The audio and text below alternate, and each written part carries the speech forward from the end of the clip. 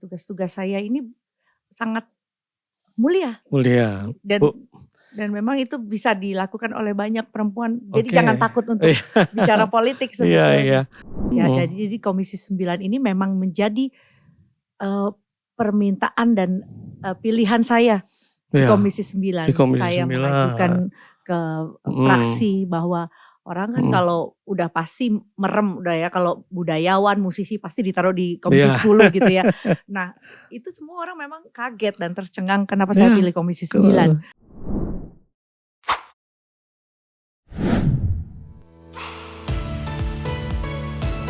Perbincangan mengejar akuntabilitas seputar keuangan negara. Melintas Sakura. Halo Sobat AKN, kembali lagi bersama saya Justiawan Wijaya di podcast Melintas Sakura, mengejar akuntabilitas seputar keuangan negara. Dan sebelum masuk ke episode kali ini, saya ingin memperkenalkan salah satu program baru kami, yaitu Beranda, Berita Akuntabilitas untuk Anda. Apa itu Beranda? Tunggu nanti tanggal tayangnya. Episode kali ini sungguh luar biasa dan ini sangat spesial karena di podcast Melintas Sakura untuk pertama kalinya kami kehadiran wanita hebat di dalam Parlemen Indonesia. Ibu anggota Dewan yang terhormat yang juga diva musik Indonesia. Terima kasih. Topik kali ini akan membahas sepak terjang beliau sebagai politikus sekaligus sebagai musisi. Sudah bisa menebak siapa beliau? Tetapi sebelum tebakannya disampaikan kepada kami, saya punya satu quote seperti biasa, Melintas Sakura punya satu quotes-nya, musik tidak pernah berbohong, jika ada sesuatu yang harus diubah di dunia ini, maka itu hanya dapat terjadi melalui musik. Ini disampaikan oleh Jimi Hendrix. Dan satu lagi quotes-nya adalah, orang-orang tidak selalu ada untuk saya, tetapi musik selalu ada untuk saya. Itu disampaikan oleh Taylor Swift. Bapak dan Ibu sekalian, saudara sekalian, pencinta Melintas Sakura, langsung saja mari kita sambut narasumber spesial kita kali ini, Ibu Krisdayanti. Terima kasih Pak Justiawan yang baik hati. Ibu Krisdayanti adalah anggota DPR RI yang saat ini bertugas di Komisi 9 DPR, di mana diantaranya membidangi masalah kesehatan. Halo Bu Krisdayanti, apa kabar Bu? Baik, waduh. Bu, mau ini saya panggil KD atau apa Bu? KD aja. KD aja Bu, KD aja biar ya? Karena sebetulnya karena kita tadi saya terkesima dengan quote-nya Pak Justiawan bahwa musik itu universal. Iya, ya, betul sekali Bu. Sama seperti judul podcast kita yaitu Melintas Sakura. Melintas Sakura. Jadi artinya kan sangat dalam, betul. sangat kuat sekali, tapi dibuat dibuat lebih santai, relax sehingga ada juga kan lagu yang Sakura juga judulnya. Betul. Gitu. Jadi mungkin saya lebih senang lagi karena banyak masyarakat luas di luar sana yang jadi jauh lebih tahu tentang lebih nyaman dan lebih tahu tentang DPR ya Bu. Apa yang ada di dalam gedung ini. Iya Bu, sebelumnya dari teman-teman di Melintas Sakura tentu terima kasih yang amat sangat Ibu meluangkan waktu dan berkenan hadir. Sama-sama senang. Bu, saya mau tahu nih, kita mau tahu dari mana sih Ibu belajar nyanyi dan olah vokal? Waduh, makanya ya kalau bisa dibilang bahwa bakat itu rahasia. Ya. Kita nggak pernah tahu ketika 1000 hari pertama ketika kita ngidam, kita merasakan kehamilan sampai bayi itu menendang, sampai orang tua menyiapkan sebuah hak wajib yang untuk diberikan kepada anak-anak, yaitu nama yang baik, pendidikan yang baik, makanan yang sehat untuk anak-anak kita. Sebetulnya rahasia itu sudah ada di dalam, tapi kita nggak bisa menebak. Anak-anak ini kan, kalau anak itu kan setengah bapak, setengah ibu gitu. Jadi karena papa saya itu juara bintang radio, keroncong, dan mama saya memang walaupun eyang saya lebih banyak di bidang dulu wedono. Oh iya, wedono itu kayak betul. apa ya bahasa? Pernah tahu iya. Wedono itu seperti kayak mungkin wali kota seperti itu. Jadi mungkin dan ayah saya seorang guru seni. Jadi papa saya itu guru seninya mama saya. Jadi murid cinta sama ayah.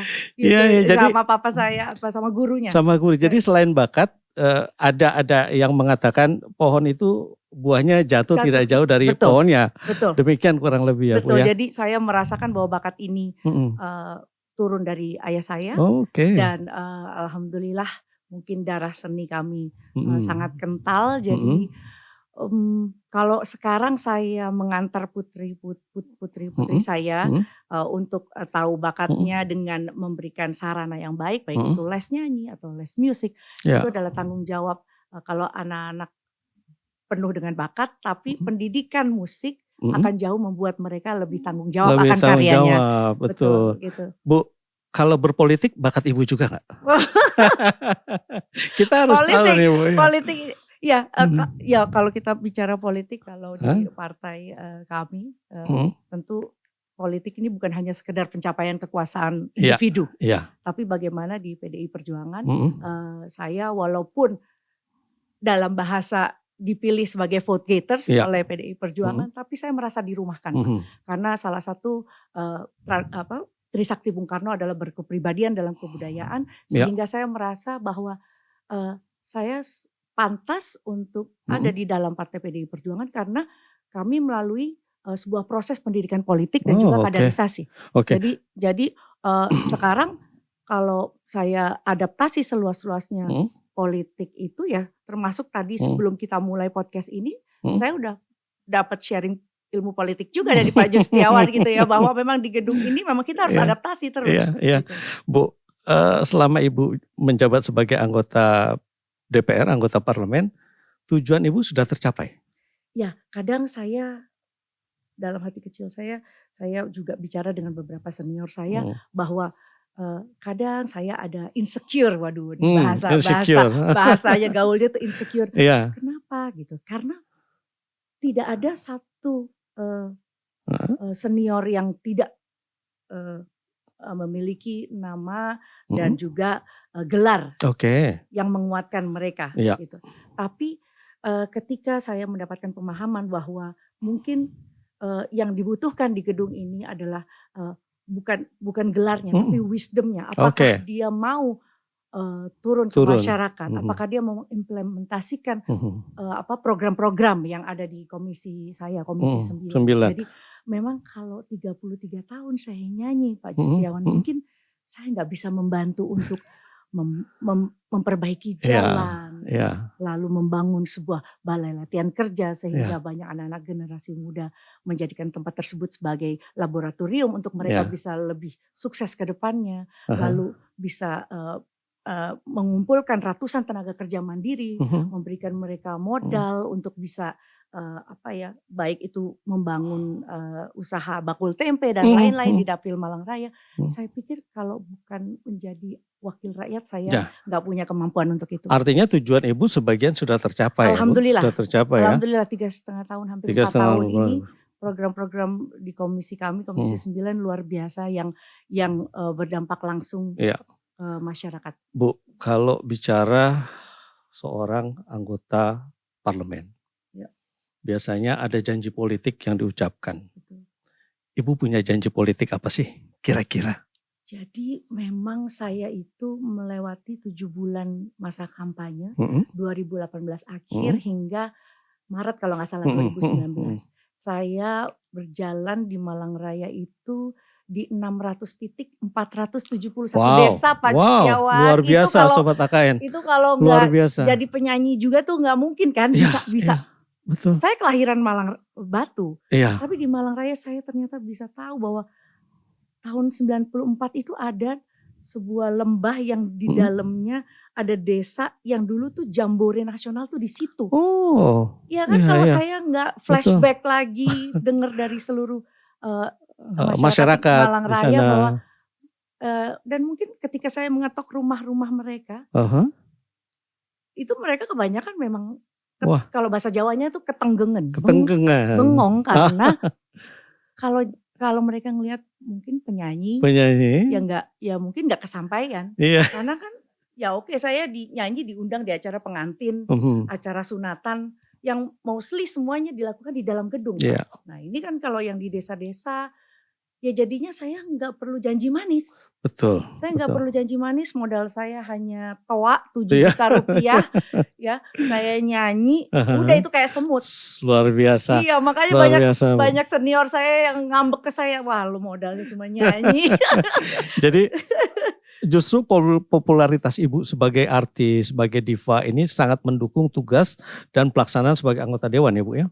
Jadi alhamdulillahnya memang di politik ini saya tidak memilih pekerjaan baru tapi justru menambah tugas Menambah baru. pekerjaan Ya, baru. menambah tugas baru saya yang memang ya ada apa ya, ini bonus lah ya.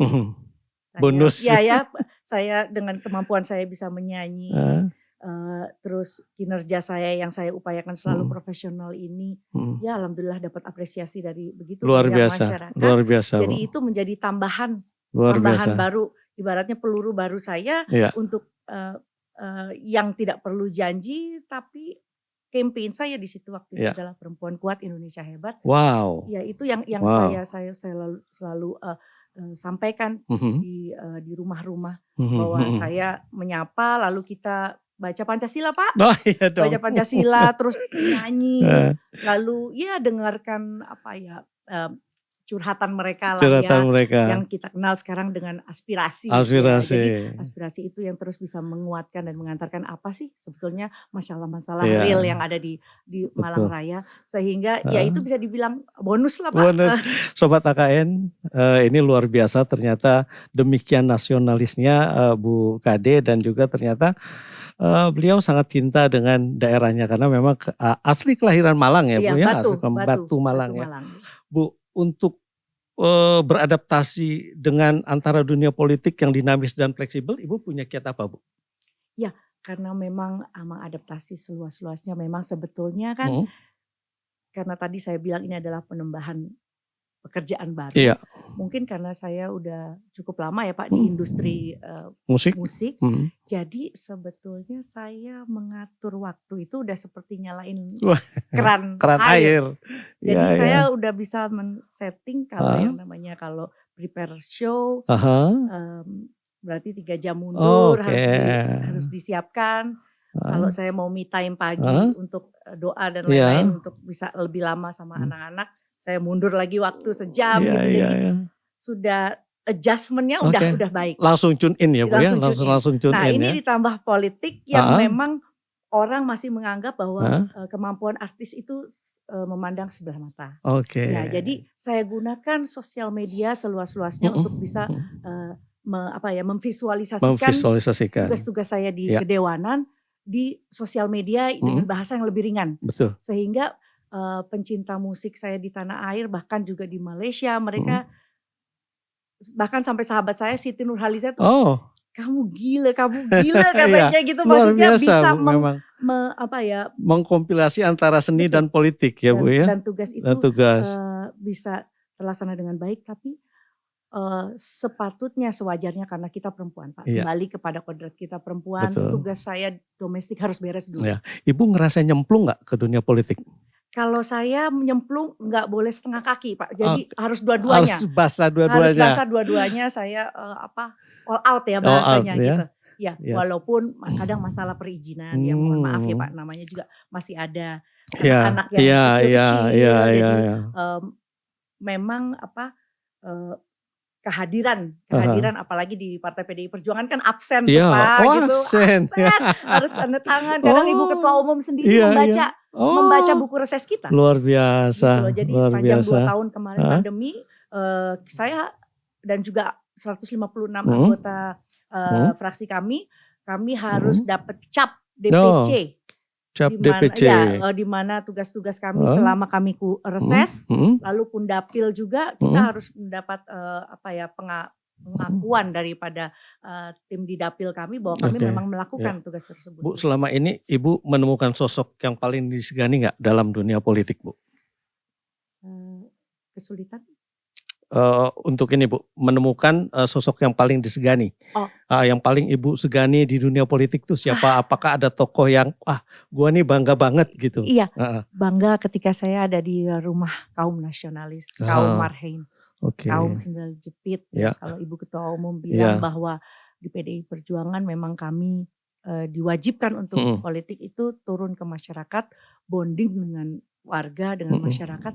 Mungkin karena saya itu entertainer kali ya Pak Jusdiawan, karena saya entertainer, terus basicnya saya nggak bekerja berdasarkan mood. Oh, oke. Jadi saya harus membangun mood tersebut, Iya. gitu kan? Ya, Iya dong. betul. Kalau kita nggak mood, misalkan lagi di rumah lagi ada anak sakit panas, kalau kita nggak bisa membangun mood untuk kita entertain, nanti klien marah, ya kan? Kecewa. Terus audiens penonton juga kecewa dengan penampilan kita. Jadi tentu kekuatan itu yang membuat saya jadi terus semangat untuk melihat bahwa tokoh-tokoh senior, tokoh-tokoh founding, bahkan our founding fathers, presiden pertama kita, Insinyur Soekarno, bagaimana sampai sekarang kita masih terpana melihat bangunan GBK dan lain-lain, dan juga bahkan mendapatkan apresiatif dari negara-negara lain. Bahkan kemarin Ibu Ketua DPR RI meresmikan beberapa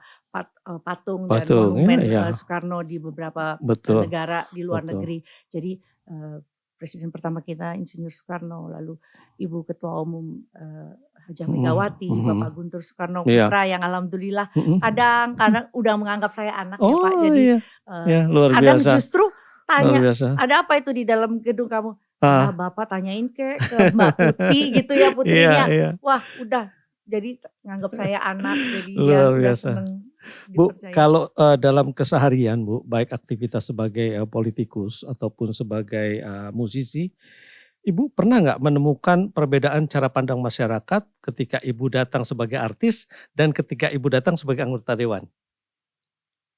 Karena mungkin akses sosial media yang begitu kuat ya Pak, viralisasi di mana-mana, sehingga semua lapisan lah, kita nggak bisa pungkiri bahwa semua lapisan itu, bahkan lansia juga gadget ya Pak ya, ibaratnya gitu. Betul. Jadi memang mereka bisa melihat seakan-akan dekat sekali dengan seorang figur, gitu ya. Lalu mereka bisa melihat apa yang ada di dapur figur tersebut melalui sosial media. Jadi terkadang saya nggak menyalahkan. Jadi ketika saya bersama sekretariat komisi kunjungan kerja ke Makassar, lalu mereka merasakan euforia seperti masih bertemu dengan idolanya. Ya karena mungkin mereka merasa dekat dengan adanya sosial media, mereka bisa mengakses YouTube, akses Instagram, sepertinya tadi ada di dekat mereka, terus mereka melihat kenyataan figurnya ada di daerah mereka. Ya justru saya dapat bonus luar biasa sih Pak, balik-balik ke bonus. Jadi kadang saya nggak perlu, buat saya jabatan dan lain-lain itu kan titipan saja Pak. Jadi justru saya dapat privilege yang luar biasa. Saya sebagai anggota lalu diberikan welcome yang begitu luar biasa oleh masyarakat luas, bahwa sebagai entertainer saya juga mampu dan wajib untuk melakukan pekerjaan dalam bidang pengawasan, datang ke daerah dan melihat progres program-program pemerintah di daerah, gitu. Lalu bisa menyerap aspirasi langsung ke daerah, bukan saja di dapil saya tapi seluruh Indonesia. Ya. Bu, ini terkait dengan tugas Ibu sebagai anggota parlemen, sebagai anggota dewan. Ibu kebetulan berada di Komisi 9 yang salah satu bidangnya adalah kesehatan. Pernah nggak Bu, pada saat Ibu melakukan kunjungan, Ibu ditanya oleh masyarakat pertanyaan yang bukan bidang Ibu? Iya. Itu bagaimana Bu mensiasatinya Bu? Sering sekali. Rasanya pingin jawab semuanya gitu ya. Cuman alhamdulillahnya tuh saya punya senior-senior yang sangat luar biasa lintas komisi. Jadi misalkan saya ketemu petani, mereka mengeluhkan tentang subsidi, pupuk subsidi, dan saya langsung sampaikan dan tanyakan, langsung chat saya ke Ketua Komisi 4 Pak Sudin, dan alhamdulillah memang hal-hal yang tersebut yang kadang menyulitkan gitu, tapi saya selalu memberikan bungah untuk masyarakat luas bahwa saya akan menampung aspirasi Bapak Ibu ya. Saya akan sampaikan walaupun ini bukan bidang yang sesuai dengan komisi saya, tapi saya bisa sampaikan ke lintas komisi, lintas fraksi, dan alhamdulillah kemarin saya banyak program-program yang juga lintas komisi. Jadi melalui Komisi 4 kemarin saya membawa hand traktor Hand traktor, untuk wow. para petani Oh iya, gitu. iya, Jadi iya. alhamdulillahnya juga kita nggak kita nih nggak boleh terlalu kaku Iya. gitu loh. Karena banyak program yang Harus kita bisa dekat ya, Bu, ya, harus dekat ya. gitu.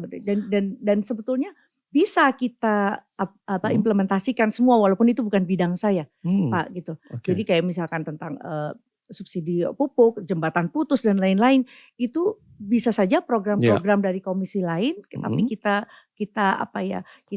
berkolaborasi gunakan, atau koordinasi ya, Bu, ya. sangat memungkinkan. Bu, kalau menurut pandangan Ibu sebagai anggota di Komisi 9, bagaimana kinerja counterpart Komisi 9, Bu? Apakah mereka sudah baik atau harus ada yang dievaluasi seperti itu, Bu? Para mitra kami. Ya, mitra counterpartnya. Ya, jadi kalau mitra Komisi 9 ini memang luar biasa ya Pak ya. Yeah. Jadi ada 7. Jadi selain Kementerian Kesehatan, Kementerian Ketenagakerjaan, lalu ada Badan Pengawasan Obat dan Makanan, lalu ada Badan Perlindungan Pekerja Migran Indonesia, BPJS Kesehatan, betul. BPJS Ketenagakerjaan. Satu lagi nih yang jadi motor itu sekarang semua lembaga kan bicara stunting, Pak. Bicara stunting, jadi betul. BKKBN ini alhamdulillahnya Pak Hasto juga selain dokter dan ginekolog kan beliau kan juga senior PDI Perjuangan kan Pak. Betul. Jadi kadang alhamdulillah memberikan ruang kepada saya untuk bisa langsung saya colek. Oh. Iya, karena memang dalam artian di sini bahwa bukan tugas BKKBN saja sebagai leading sector untuk pengawasan stunting, tapi kita bekerja sama dari Kementerian Dalam Negeri, Kementerian Sosial, Kesehatan dan pendataan ini kan di Kementerian Dalam Negeri, betul. Pendataan bayi-bayi kita yang lahir kemarin di masa pandemi ini kan ada sekitar 420.000 bayi lahir yang tidak direncanakan. Itu. Ya, Bu, ini baik menarik. Semua udah baik semua ya, Bu ya. Kerjasamanya baik. Ini menarik, Bu, karena salah satu kajian kami di Pusat Kajian Akuntabilitas Keuangan Negara adalah masalah stunting ini, Bu.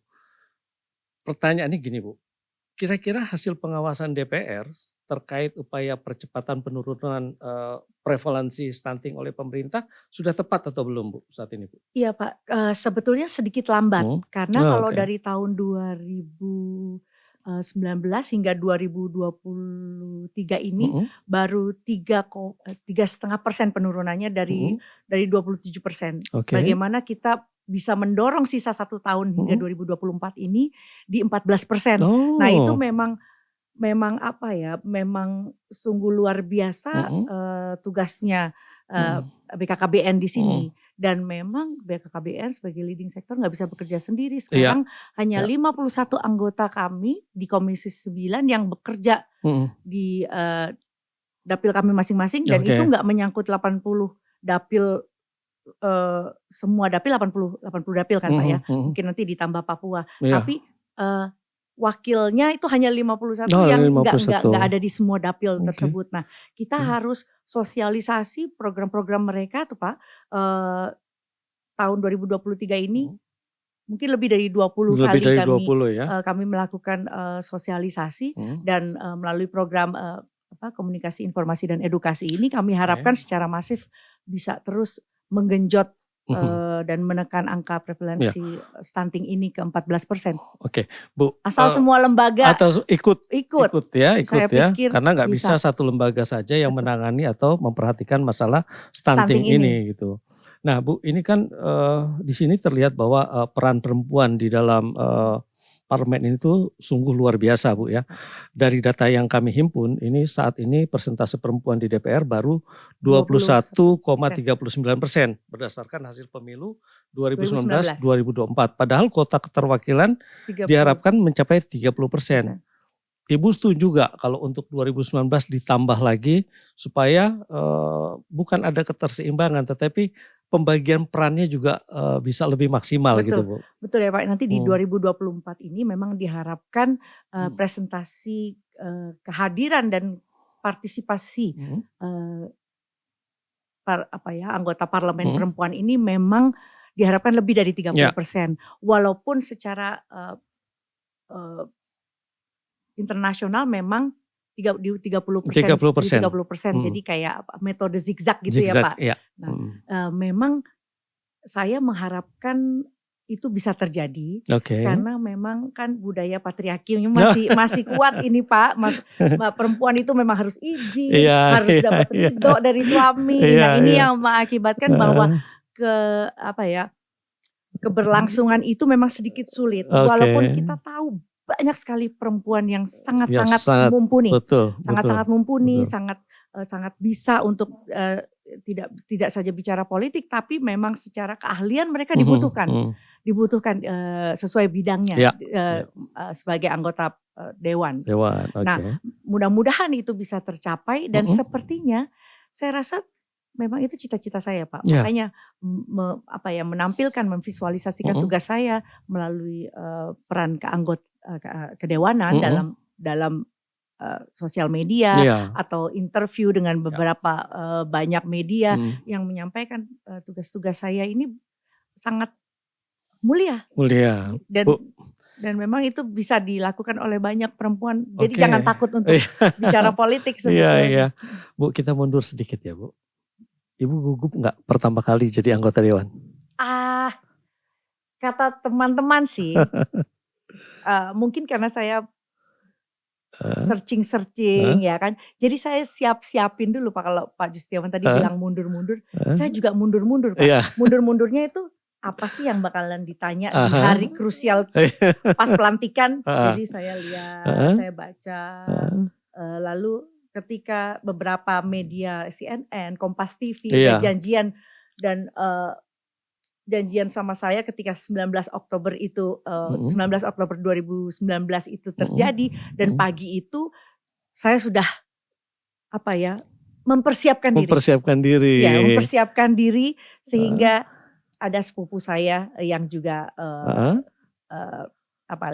komentator politik dan dia bekerja sebagai anchor di CNN. Dia kasih WhatsApp saya, "Wah Mbak, panggilan kecil saya tuh Ii. Wah Mbak Ii, selamat ya udah melewati hari krusial." Dalam hati alhamdulillah ya, karena mungkin saya lebih baik mempersiapkan ya kan. Makanya kan. Jadi well prepare ya Bu ya. Well prepare ya, harus Nah. well prepare. Bu, pernah overthinking nggak pada sesuatu yang dikerjakan? Dan biasanya apa yang Ibu lakukan untuk stress release atau stop overthinking Bu? Apa Bu? Nyanyi atau apa Bu? Jadi release stress gitu ya, reduce stress itu memang penting karena ya hidup di sebuah kota metropolitan dengan berbagai macam tekanan dan lain-lain, sebetulnya hampir 13 juta seluruh. Wow. Maksudnya 13 juta penduduk Jakarta juga pasti semuanya ada stres. Ada stresnya. Ya kan? Karena gimana mereka bisa sampai rumah tepat waktu, itu aja mereka udah harus mengatur pola pikir dan lain-lain ya kan. Terus harus menyiapkan pekerjaan besok dan lain-lain. Nah, saya pikir kalau kita mencoba untuk lebih calm, lalu mencoba untuk memanage waktu kita dengan baik, ya kalau nggak mau terlambat berangkat lebih awal. Misalkan hal-hal seperti itu. Lalu ada kemungkinan juga saya sudah biasa dengan tekanan-tekanan di industri ya Pak ya kan. Karena apa? Doorstopnya media politik. Ya ampun, itu mereka jauh lebih baik daripada media entertainment loh Pak. Kalau media entertainment 24 jam nunggu di depan rumah kita. Bener Pak. Sadis ya Bu ya. Wah itu. jadi bener-bener saya udah melakoni ya itu kan bidang. Rasa cinta juga dari teman-teman media mungkin terhadap sosok Ibu. Benar-benar gitu. Jadi memang teman-teman di lapangan itu saya udah hafal banget gitu. Jadi mereka doorstop. Nah kalau media politik kan ya pasti tayangannya nggak lebih dari 2 menit, 1 menit 2 menit. Kalau media entertainment kan kalau bisa segala rupa diperpanjang-panjang gitu. Tapi ya mereka awet sih, hebat gitu. Bu, tadi Ibu sempat menyinggung sedikit mengenai masalah tepat waktu sampai di rumah. Sobat AKN, mungkin Sobat AKN di luar masih ada yang kurang tahu bahwa anggota DPR itu rapat kadang-kadang sampai jam 2, jam 3 pagi. Mungkin kelihatannya enak gitu kan. Kelihatannya rapat cuma sebentar. Padahal bisa dari pagi jam 8 sampai bahkan pernah saya mengikuti jam 8 pagi sampai jam 5 pagi Bu. Ibu kiatnya menjaga fisik dan mental gimana Bu? Olahraga Bu? Kalau olahraga memang sudah bukan Mhm. saja gaya hidup, memang dibutuhkan, apalagi kan, Mhm. olahraga kalau di umur saya Mhm. jauh lebih untuk, stamina dan juga Mhm. spontanitas kita kerja Mhm. ya, refleksnya kita, lalu fokusnya kita olahraga. Mhm. Cuman Pak, kalau rapat itu Mhm. memang saya sudah dihafalin sama setkom, dihafalin sama setkom Heeh. dan juga di Poksi Oh, kami oke. memang ada shifting. Ada Gitu. shifting, oke. Jadi memang untuk kesehatan siapa yang Mhm. lebih banyak, eee, hadir, untuk Mhm. ketenaga kerjaan, Mhm. siapa yang lebih banyak hadir dan alhamdulillahnya juga, ketua Poksi kami, Mhm. Pak Abidin Fikri Mhm. Mhm. sangat paham, wah Oh, kalau oke. KD orang pagi katanya. Orang Orang pagi. pagi tuh maksudnya ya rapat dari jam 10 sampai jam 4 Iya. sore gitu, Heeh, habis gitu heeh. nanti ada shifting, eee senior saya yang Iya, iya. lain gitu. Jadi memang ya saya salut karena Mhm. memang ya ternyata ya kalau nggak ada di gedung ini saya mungkin nggak terbuka mata saya Hmm. bahwa bagaimana kita menggawangi sebuah Mhm. legislasi, bagaimana kita Mhm. membuka mata dan kuping untuk pengawasan. Mhm. Halo Sobat AKN, tahukah Sobat AKN, Puskaji AKN mencoba menyusun berbagai kajian sebagai bentuk dukungan kepada anggota Dewan berdasarkan isu yang berkembang di tengah masyarakat. Pada tahun 2022, Puskaji AKN telah berhasil menyusun beberapa kajian. Yang pertama, pelaksanaan pengembangan pariwisata berkelanjutan pada KSPN prioritas, tinjauan aspek kelestarian alam dalam sertifikasi STC dan CHSE. Hasil kajian tersebut memiliki kemanfaatan ketika para stakeholder dapat menjadikannya sebagai bahan evaluasi untuk memberikan penilaian maupun upaya perbaikan atas efektivitas pelaksanaan pariwisata berkelanjutan yang diharapkan dapat memberi jaminan rasa aman dan nyaman bagi para wisatawan, sekaligus mengoptimalisasi capaian positif dari berbagai aspek. Yang kedua, pelaksanaan penandaan anggaran perubahan iklim pada pemerintah pusat dan daerah. Kajian ini memberikan gambaran komprehensif mengenai pelaksanaan atas kebijakan climate budgeting dari sisi teknis, penandaan anggaran perubahan iklim, komitmen pelaksana kebijakan, kelengkapan dan implikasi perubahan regulasi, faktor sumber daya manusia, dan integrasi sistem pelaksanaan climate budgeting di pemerintah pusat dan pemerintah daerah. Yang ketiga, kondisi existing dan rencana reformasi program pensiun PNS di Indonesia. Kajian ini memberikan gambaran mengenai bagaimana implementasi dan proses bisnis pada program pensiun PNS yang saat ini berjalan, serta beberapa tantangan yang perlu diatasi dan dimitigasi sebelum pemerintah memulai rencana reformasi program pensiun PNS di Indonesia. Untuk memberikan perspektif yang menyeluruh, pembahasan mengenai program pensiun PNS existing dan rencana reformasi dibahas dari berbagai aspek. Yang keempat atau yang terakhir, tinjauan pengelolaan guru honorer terkait rencana penghapusan status honorer tahun 2023. Kajian ini memberikan gambaran bagaimana pengelolaan guru honorer, mulai dari kegiatan perencanaan, penempatan dan pengembangan kompetensi, hingga evaluasi guru honorer yang dilakukan di instansi daerah. Selain itu, buku ini juga memuat analisis mengenai dampak jika rencana penghapusan status guru honorer tahun 2023 tetap dilaksanakan. Ingin lebih tahu selengkapnya? Kunjungi website kami di puskajiakn.dpr.go.id.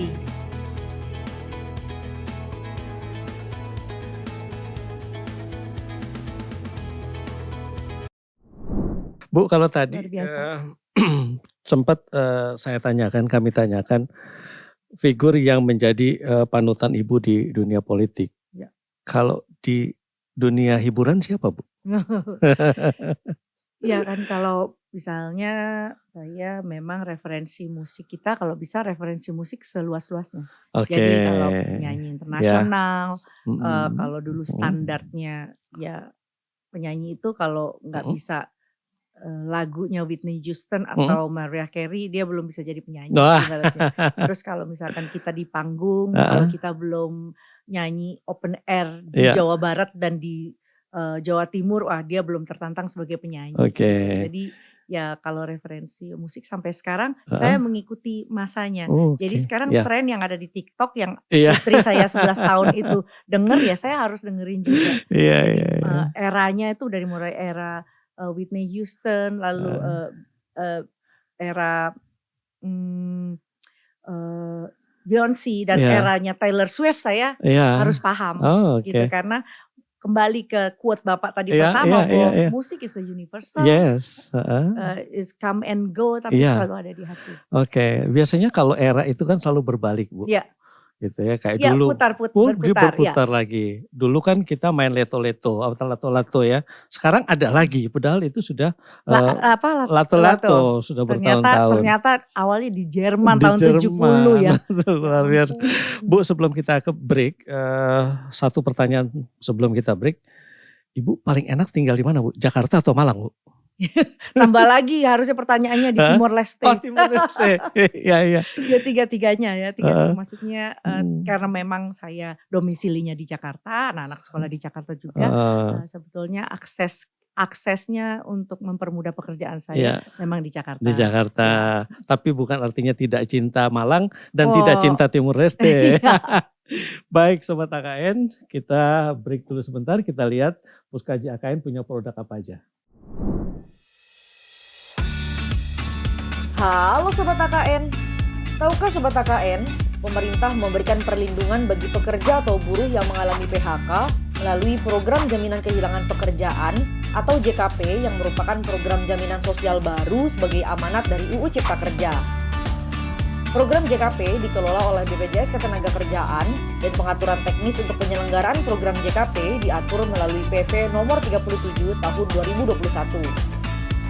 Adapun iuran atau besaran premi JKP per bulannya dibebankan sebagian kepada pemerintah dan sisanya berasal dari rekomposisi jaminan kecelakaan kerja dan jaminan kematian.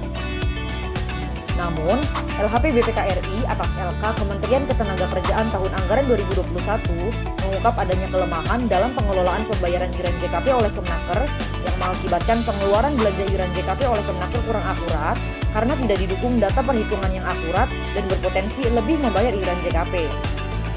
Hal tersebut disebabkan Kemenaker tidak melakukan verifikasi secara memadai atas tagihan dari BPJS Ketenagakerjaan. Ingin tahu selengkapnya? Akses accountability brief kami yang telah tayang di Instagram @puskajiakn.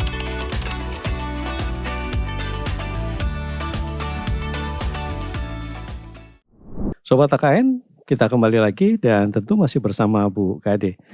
Bu, kalau seandainya Bu, ya, Ibu diwajibkan atau diharuskan untuk benar-benar terjun dalam keseharian dengan masyarakat, dengan dapil dari berbagai wilayah, dari berbagai daerah, dari berbagai unsur. Ibu siap ya, dan memang harus siap ya Bu ya? Iya, harus siap. Harus siap ya. Strateginya yang akan dilaksanakan seperti apa Bu kira-kira Bu? Ya, mungkin yang sederhana adalah strategi humanis. Di mana saya dibutuhkan oleh warga di dapil saya dalam bentuk kehadiran. Jadi mungkin, mohon maaf ya, di Malang Raya ini keterwakilan perempuan memang belum pernah. Jadi selama ini kan dua kursi, di mana senior kami ada Pak Ahmad Basara juga dan Bapak Andreas. Nah itu mewakili Komisi 10. Ya, jadi Komisi 9 ini memang menjadi permintaan dan pilihan saya di Komisi 9. Saya mengajukan ke fraksi bahwa orang kan kalau udah pasti merem udah ya, kalau budayawan, musisi pasti ditaruh di Komisi 10 gitu ya. Nah itu semua orang memang kaget dan tercengang kenapa saya pilih Komisi 9. Jadi ketika tadi kita flashback ke belakang, awal kita tadi diskusi bahwa saya datang ke 600 titik di 471 desa itu, yang saya temui adalah ibu-ibu muda usia 17 tahun sudah hamil, sudah punya anak dan hamil lagi, di mana mereka harus menitipkan anak-anak mereka ke neneknya. Jadi kan mereka kehilangan masa-masa mereka usia produktif gitu ya. Sementara neneknya juga belum tua-tua banget Pak gitu. Jadi saya memberikan banyak menyerap aspirasi, keluhan anak-anak yang sebelum sepatutnya untuk membangun rumah tangga, membangun keluarga yang secara mental dan finansial mereka harus siap, tapi juga ke nenek-neneknya yang memang mungkin dititipin cucu-cucu mereka dan ibunya harus menjadi pekerja migran. Lalu urusan stunting bagaimana pola makan sehat. Pola makan sehat ini bahwa mungkin mereka lebih harus diedukasi tentang lebih baik mereka mengkonsumsi protein ketimbang mereka makan jajanan cilok. Nah, karena kan memang sekarang serba instan. Iya. Mereka mau yang lebih cepat untuk dikonsumsi. Ya. Lalu anak juga akhirnya ketagihan dan akhirnya orang tua memilih gampangnya aja. Iya. Di samping itu juga masalah stunting, bagaimana 1000 hari pertama itu banyak yang salah hitung, Banyak Pak. yang 1000 salah hari hitung. pertama dipikir pas lahiran, Ya. padahal di 780 hari di dalam kandungan itu yang ibu-ibu muda ini harus diberikan knowledge atau dalam bentuk sosialisasi makanan yang tepat dan baik untuk mereka konsumsi. Ya. Dari 780 hari mereka dalam kandungan, 200 hari lebih, 200 hari ya, lebih. untuk mereka bisa mendapatkan ASI hingga usia 2 tahun. Ya. Seperti itu. Bu Kade ini terkenal sudah. Jadi artis sudah. Jadi anggota dewan sudah, dengan demikian banyaknya aktivitas. Mau jadi apa lagi, Bu? Kira-kira, Bu? Jadi disayang suami aja deh, Pak, biar boleh ngapa-ngapain terus langgeng ya. Maunya gitu. Saya masih punya tugas yang tadi kita bicarakan juga, bahwa saya ingin lebih banyak teman-teman perempuan untuk lebih berani bicara politik. Saya tahu, bahkan sahabat saya Inul Daratista itu sangat kritis, Pak. Oke. Dia nggak punya beban untuk mengkritik pemerintah, dia nggak punya beban untuk mengkritisi salah satu tokoh misalkan gitu ya. Tapi termasuk kakak saya Yuni Syara, dia penyanyi di 7 periode presiden, yang sebetulnya sangat mumpuni untuk mereka bisa bicara politik dengan pengalamannya gitu. Tapi kan kembali kepada kemauan dan juga panggilan. Saya ditawari oleh partai politik untuk menjadi kadernya atau menjadi calegnya. Mungkin di beberapa periode sebelumnya sudah, Pak. Tapi panggilan itu kenapa baru ada ya, baru tergerak hati saya ya di tahun 2019 itu. Jadi ya memang proses itu yang menjadikan saya semakin yakin bahwa politik ini adalah cara kita untuk lebih banyak melayani dan memberikan penguatan untuk terus hadir di masyarakat, sehingga politik itu saya yakini begitu mulia. Luar biasa. Dan semakin saya mau banyak masyarakat, ibu-ibu muda, ibu-ibu cantik, istri-istrinya para pengusaha dan juga istri-istri para kepala daerah ya, aparat, perangkat desa untuk lebih banyak kehadiran keterwakilan perempuan, baik itu di kabupaten, di provinsi dan di pusat, supaya tadi tercapai lebih 30% atau mungkin lebih, Pak, 40%. Betul. Karena rasa-rasanya yang saya tahu nih, biasanya kalau udah kita nyemplung, kita mungkin, saya senang gitu, mungkin ada yang senang banyak keterwakilan perempuan, tapi memberikan ruang partisipasinya itu malah kadang jadi persaingan. Nah itu yang sayang, gitu kan, Pak. Apalagi kalau udah mau ngomongin bendera, jadi persaingan. Bu, kita melambung sedikit, Bu. Kelebihan dan kekurangan parlemen kita dibanding parlemen negara lain apa, Bu? Apakah kita sudah sejajar? Apakah kita sudah bisa mengimbangi mereka? Apakah kehidupan keparlemenan ini sama atau berbeda, Bu? Ya, dengan saya semakin mengikuti ya memang tugas saya belum lama, saya dipindahkan dari tugas AKD saya di Badan BKSAP. Di BKSAP ini saya melihat bahwa representatif parliamentary Indonesia di dunia sudah sangat pesat. Sudah sangat pesat, diakui ya, Bu, ya?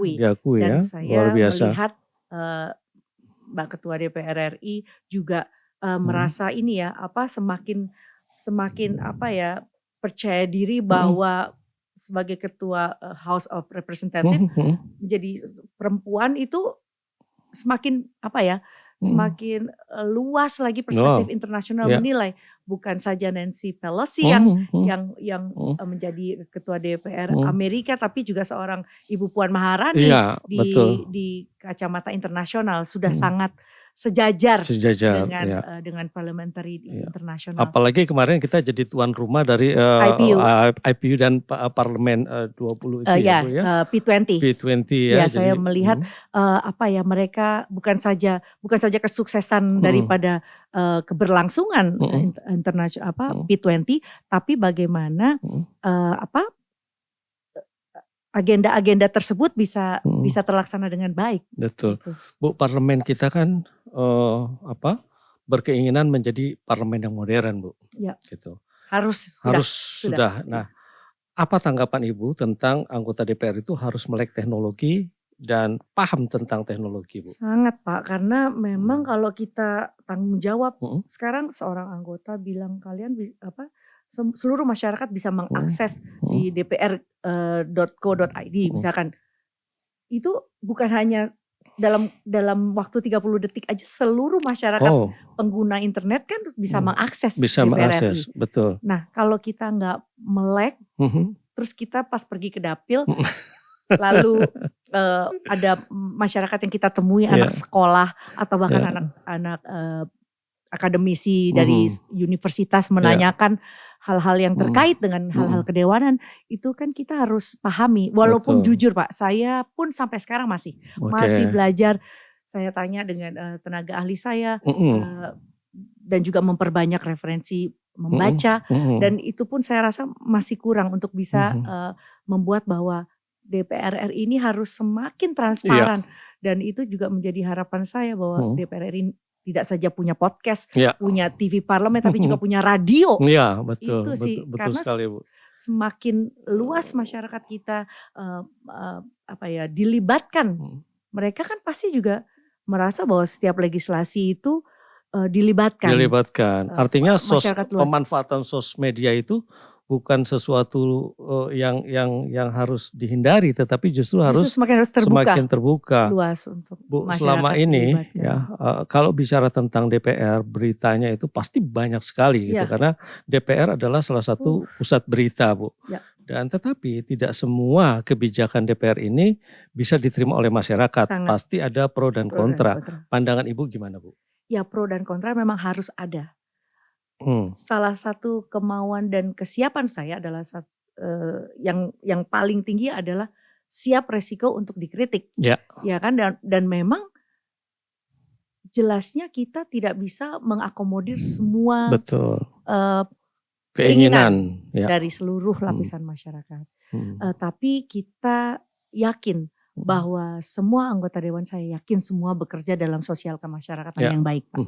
Kita nggak bisa secara luas mengcapture semua kegiatan yang ada di daerah, di dapil seluruh Indonesia, tapi saya yakin hati kita para seluruh anggota dewan pasti tergerak ingin membangun masyarakatnya, membangun desanya.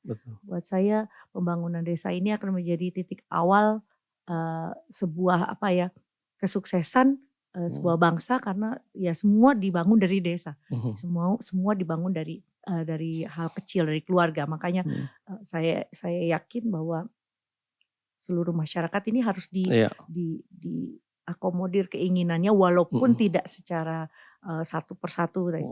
Jadi anggota harus maulah membawa program-program sebaik mungkin. Ya.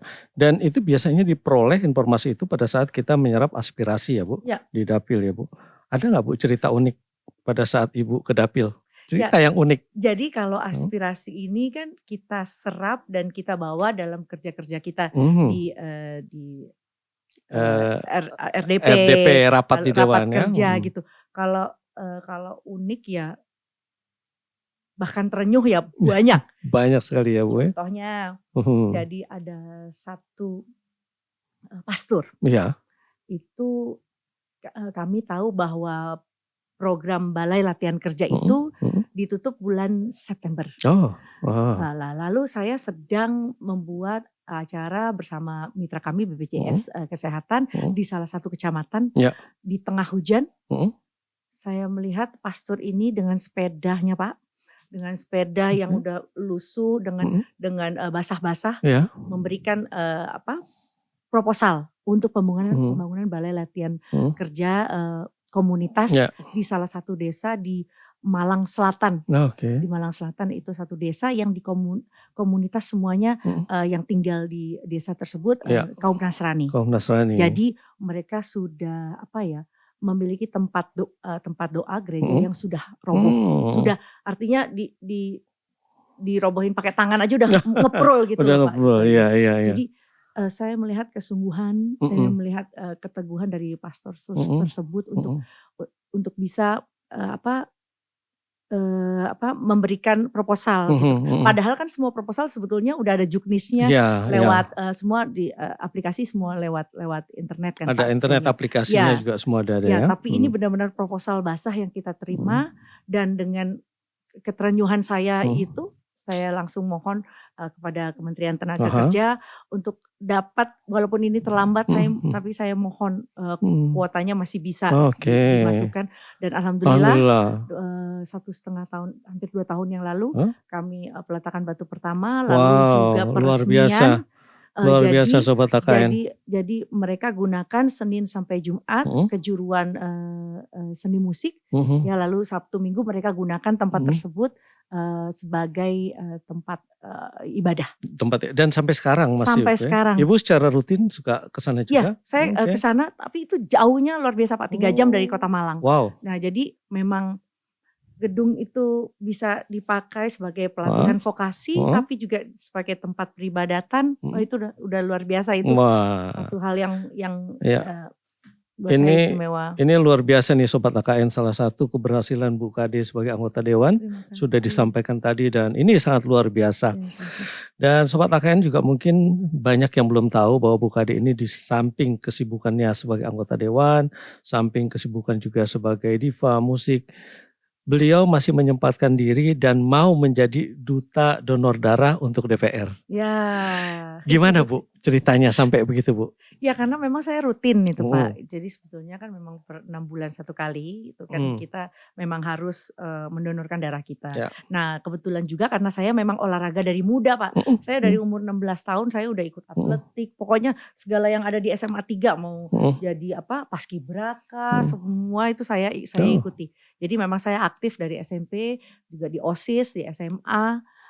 Terus karena olahraga itu yang menjadikan saya rasa saya sehat dan ada naluri saya untuk bisa membantu sesama dengan tetesan darah kita dan alhamdulillah HB saya itu selalu di atas 13. Jadi memang bagus. Memang bagus. Betul. Walaupun dalam keadaan letih pun gitu saya memaksimalkan upaya tidur saya kualitasnya baik. Jadi minimal 8 jam, mungkin 6 jam. Iya, kadang sebetulnya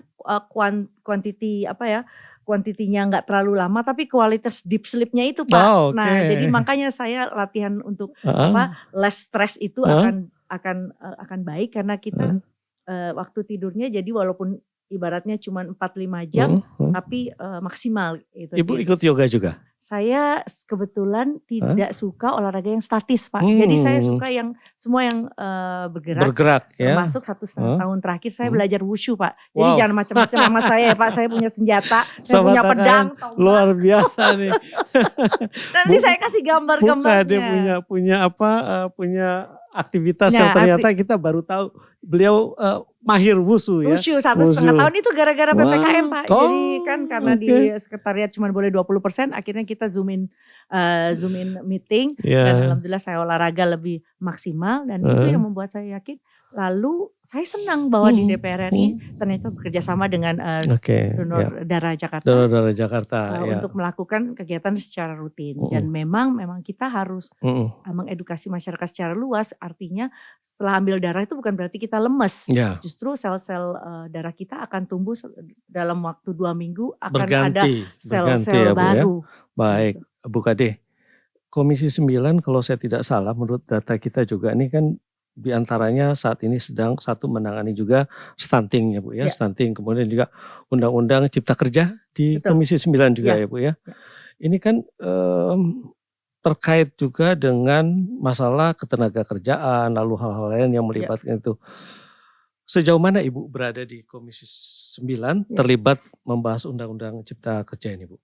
Iya, kalau saya memang dengan semangat luar biasa bersama teman-teman senior Poksi kami dan juga lintas fraksi di Komisi 9 yang membahu-membahu untuk memberikan pengawasan, dan saya juga terlibat dalam panja tenaga kerja asing, pengawasan tenaga kerja asing yang kita tahu sangat marak sekali. Terakhir di Morowali juga ada kasus Pak yang PT GAN kemarin. PT GAN, itu. Lalu belum lagi pengawasan tentang kita audiensi dengan masyarakat yang terkena dampak gagal ginjal akut kemarin karena sirup dan itu salah satu juga Bu yang jadi masalah ya, gagal ginjal. Jadi memang audiensi kita memang melibatkan masyarakat luas, audiensi dengan lintas-lintas masyarakat yang tidak saja mengalami hal tersebut, tapi juga kita juga melibatkan para praktisi dan juga ahli. Para ahli. Halo Sobat AKN. Puskaji AKN telah menyusun accountability brief dan accountability paper dengan berbagai tema.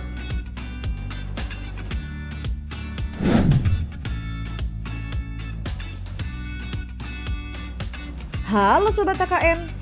Tahukah Sobat AKN, pemerintah telah mengatur kewajiban lapor bagi perusahaan melalui Undang-Undang Nomor 7 Tahun 1981 tentang wajib lapor ketenagakerjaan di perusahaan atau WLKP. Namun, jumlah perusahaan yang terdata masih minim jika dibandingkan dengan total perusahaan hasil sensus ekonomi tahun 2016 oleh BPS. Jumlah perusahaan yang terdata melalui sistem WLKP online per 4 Januari tahun 2023 masih sangat sedikit karena hanya mencapai 2,56% dan jumlah tenaga kerja yang terdata hanya mencapai 20,71%. Minimnya data ketenagakerjaan yang terlapor dapat menghambat pemetaan kondisi ketenagakerjaan oleh pemerintah yang dapat digunakan sebagai bahan untuk menetapkan kebijakan di sektor ketenagakerjaan.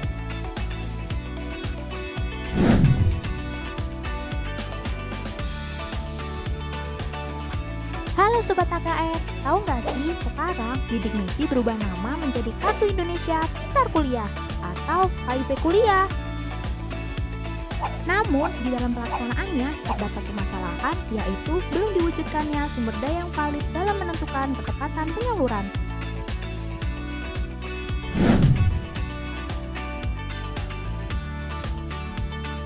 Halo Sobat AKN, tahu nggak sih kalau ekspor Indonesia menunjukkan kinerja positif selama 29 bulan terakhir ini hingga September 2022 yang tercermin dari adanya surplus neraca perdagangan. Salah satunya disumbang oleh kinerja komoditas non-migas berupa pakaian jadi dari tekstil, meskipun ekonomi global saat ini penuh ketidakpastian. Namun, seiring tren positif dan konsisten mengalami peningkatan nilai ekspor, pengembangan atas industri pakaian jadi dari tekstil ini masih menghadapi kendala.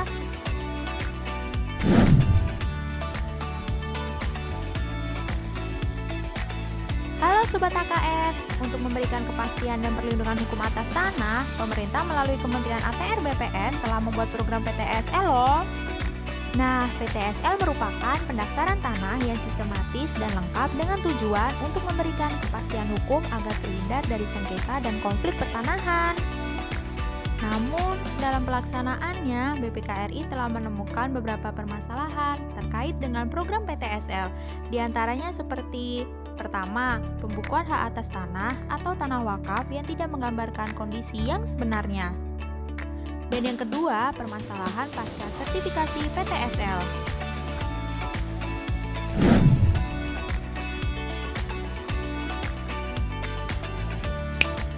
Halo Sobat AKN, tahu nggak sih pemerintah telah membagikan set-top box kepada masyarakat kurang mampu. Namun diketahui terdapat permasalahan atas distribusinya yang akan berdampak kepada masyarakat. Karena masyarakat akan kehilangan haknya untuk mendapatkan akses informasi melalui TV.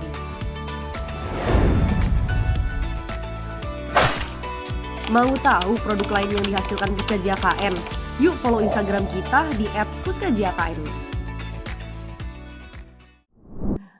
Memang masyarakat kita sangat membutuhkan kehadiran dokter di seluruh pelosok tanah air, dan kemarin itu kita juga menyoroti tentang Ikatan Dokter Indonesia. Memang satu hal yang menjadi permasalahan di Undang-Undang Ciptaker ini adalah masalah perizinan atau registrasi yang diharapkan tidak setiap 5 tahun gitu. Bu, itu kan Dan kalau masalah perizinan praktek dan Oke. lain-lain. Bu, kalau menyangkut kesehatan kan tentu tidak terlepas dari tugas dan fungsi individu atau personal yang lain ya. Misalnya di situ ada tenaga honor bidang kesehatan, Betul, ada perawat gitu kan. betul. Nah, apakah ini juga diperjuangkan nasibnya oleh Komisi 9, Bu? Sangat Sangat ya. karena di komisi dan poksi kami ada satu anggota yang juga perawat, Bapak Edi Wuryanto. Oh, Pak Edi Ya, Wuryanto ya. beliau seorang perawat. Betul, Jadi memang undang-undang perawat juga terakhir kita audiensi juga untuk dari para perawat dari organ Komiri Ilir kemarin dari hadir. Oki ya. Oki. Oke. Jadi tentang kan terakhir di November 2023 ini mereka mudah-mudahan bisa diangkat menjadi ASN. Bukan honorer kembali. Bukan honorer, baik. Bu, belakangan ini juga setelah dampak atau pada saat kita menghadapi pandemi kemarin kan banyak gelombang PHK ya Bu ya. Bahkan ada yang upah lemburnya tidak terbayarkan, kemudian termasuk juga banyak ini viral. banyak viral Ya. termasuk perusahaan-perusahaan startup. Komisi 9 mengawasi kinerja pemerintah juga untuk supaya tidak ini berkepanjangan nggak Bu kira-kira Bu? Iya, karena memang kalau kita melihat kenapa BPJS Ketenagakerjaan itu tidak sepopuler BPJS Kesehatan. Karena kepesertaannya baru 30% dari yang diharapkan. Karena memang banyak perusahaan-perusahaan di antara perusahaan-perusahaan di Indonesia ini yang masih nakal, yang masih tidak mau mendaftarkan para pekerjanya sebagai anggota BPJS Ketenagakerjaan. Artinya kita harus siagalah untuk tidak saja mengawasi, tapi juga kita mendorong mitra kami untuk lebih sigap, lebih mensosialisasikan lagi program-program kerja mereka. Ini luar biasa kerja berat Bu, dan kami di sini Pusat Kajian Akuntabilitas Keuangan Negara juga pasti akan membantu secara maksimal, tapi tentu dengan cara yang kami laksanakan. Bu Kade, akhirnya waktu juga nih Bu yang membuat kita harus berpisah, tidak terasa sudah 55 menit. Dan sebagaimana tamu yang hadir di Melintas Sakura, kami akan suguhi pertanyaan quick question Bu. Waduh, mudah-mudahan Ibu jebakan gak ini? Enggak Bu, enggak ya. Kita mulai Bu? Oke, Bisa siap, ya? siap. Pertanyaannya simpel dan mudah sekali. Bu, donor atau menerima donor Bu? Donor. Donor, kenapa Bu? Lebih sehat. Lebih sehat. Oke, shock atau stres? Shock atau? Stres. Shock. Shock ya? Iya. Oke. Ini menarik karena ada satu wacana di mana mungkin pemerintah ya mau membuat Bali rumah sakit besar di Bali. Di Bali yang di mana orang Indonesia tidak perlu lagi ke Singapura. Betul. Cukup ke Bali misalnya. Betul. Jadi pilihannya Bali atau Singapura Bu? Bali ya, tetap Bali ya. Karena dekat Malang Bu.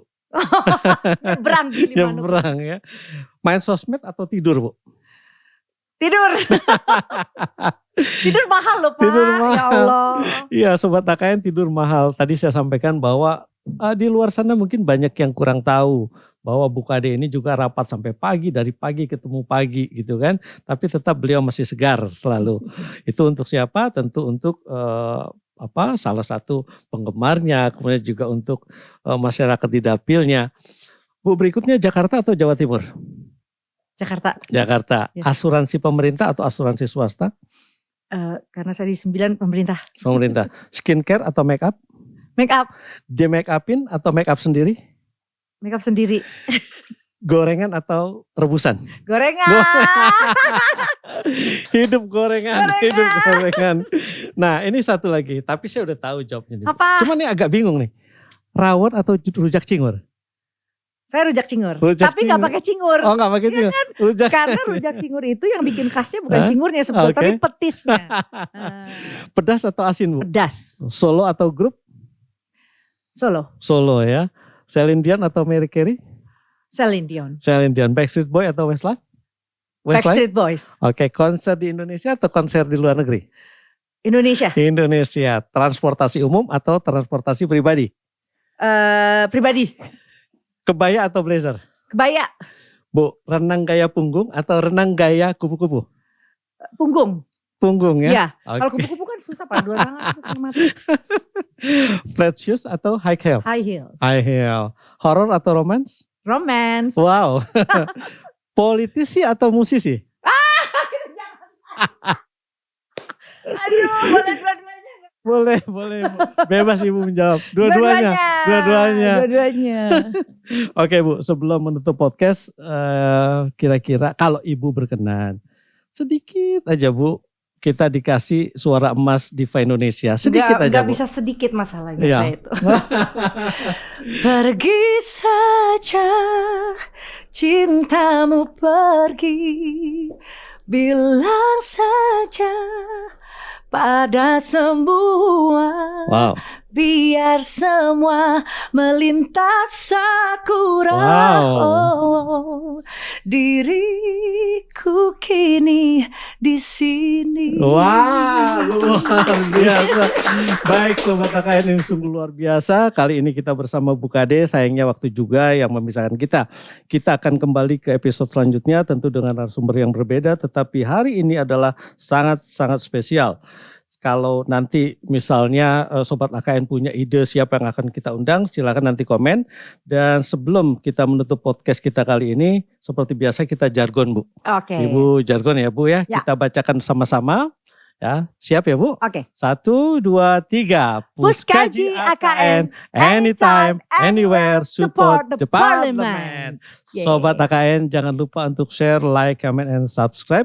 Dan sampai jumpa di episode selanjutnya. Wassalamualaikum warahmatullahi wabarakatuh. Terima kasih.